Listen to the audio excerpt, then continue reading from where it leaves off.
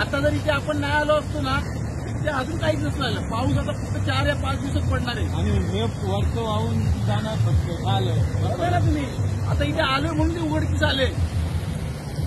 आपण इथे आलोय म्हणून उघडकीस आले नाही तर हे आता अजून राहिलं.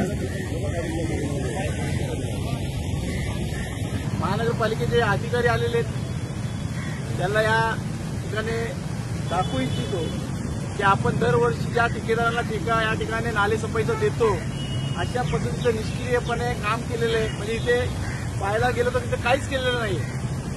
आणि येणाऱ्या काळामध्ये जो पाऊस 4 ते 5 दिवसात पडणार आहे, पहिल्या पावसातच इथली घरं सगळी पाण्याने भरणार आहे.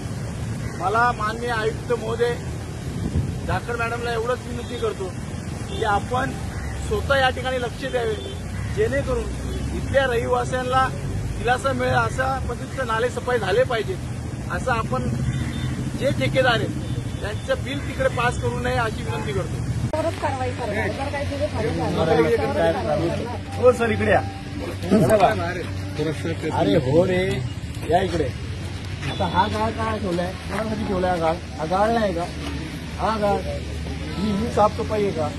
तुम्हाला जेव्हा माहिती आहे की एक ठेकेदार जो ठेकेदार बऱ्याच वर्षापासून काम करतो असं निश्चितपणे काम करतो त्याच ठेकेदाराला आपण कॉन्ट्रॅक्ट का देतो? आपण तुम्हाला तर पाठवलंय ना. हा मग तुम्ही माहिती घ्या ना या गोष्टीची. हे बघा आता इथे पाणी भरणार 100% आणि बरेचसे इथल्या बिल्डिंग आहे आणि इथल्या चाळी आहेत त्यांना भरपाई मिळाली जात नाही. आणि मिळते तर काय मिळते किरकोळ स्वरूपात मिळते. 1-1 लाख रुपयाचं नुकसान होतं आणि 5,000 मिळतात. 1,00,000 2-2 लाख आता लोकांच्या घरात सामान आहे, इलेक्ट्रॉनिक वस्तू स्थानिक रहिवासीकडे आले.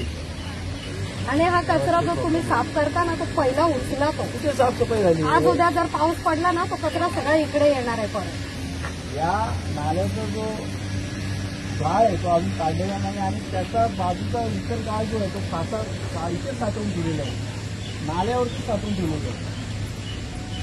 तो सगळा काढला पाहिजे नाही तर 100% पाणी भरणार इथे म्हणजे भरणार. हा मी त्याला दाखवतो, अजून पुढचं पण दाखवतो त्यांना. आणि इथे ही परिस्थिती एवढी भयानक आहे ना इथली. या स्मशानभूमीच्या समोरचा जो नाल्याला लगत एवढ्या चाळी आहेत ना इथे 100% दरवर्षी पाणी भरतात. कोणीच वाली नाही त्या लोकांचं असं झालं.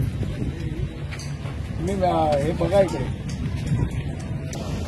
साहेबांनी निदर्शनास आणून दिलं आहे त्याप्रमाणे आम्ही संबंधित विभागाचे एक्झिक्युटिव्ह इंजिनियर, डेप्युटी इंजिनियर यांच्या निदर्शनास आणून देतोय. माननीय सहाय्यक आयुक्त यांनी पाठवलेल्यानुसार मी त्यांना त्यांचा निरोप दिला. ठेकेदारांचे बिल आपण काढू नका जोपर्यंत हे व्यवस्थित साफ करत नाही, ही पुन्हा गाळ काढत नाही. कारण की या गाळ्याचं प्रमाण अजून वाढणार आहे. पाऊस पडला की अजून वाढणार. कारण की ते सरळ महानगरपालिकेच्या डोळ्यावरती धूळ फेकण्याचं काम या ठेकेदारांनी केलेलं आहे.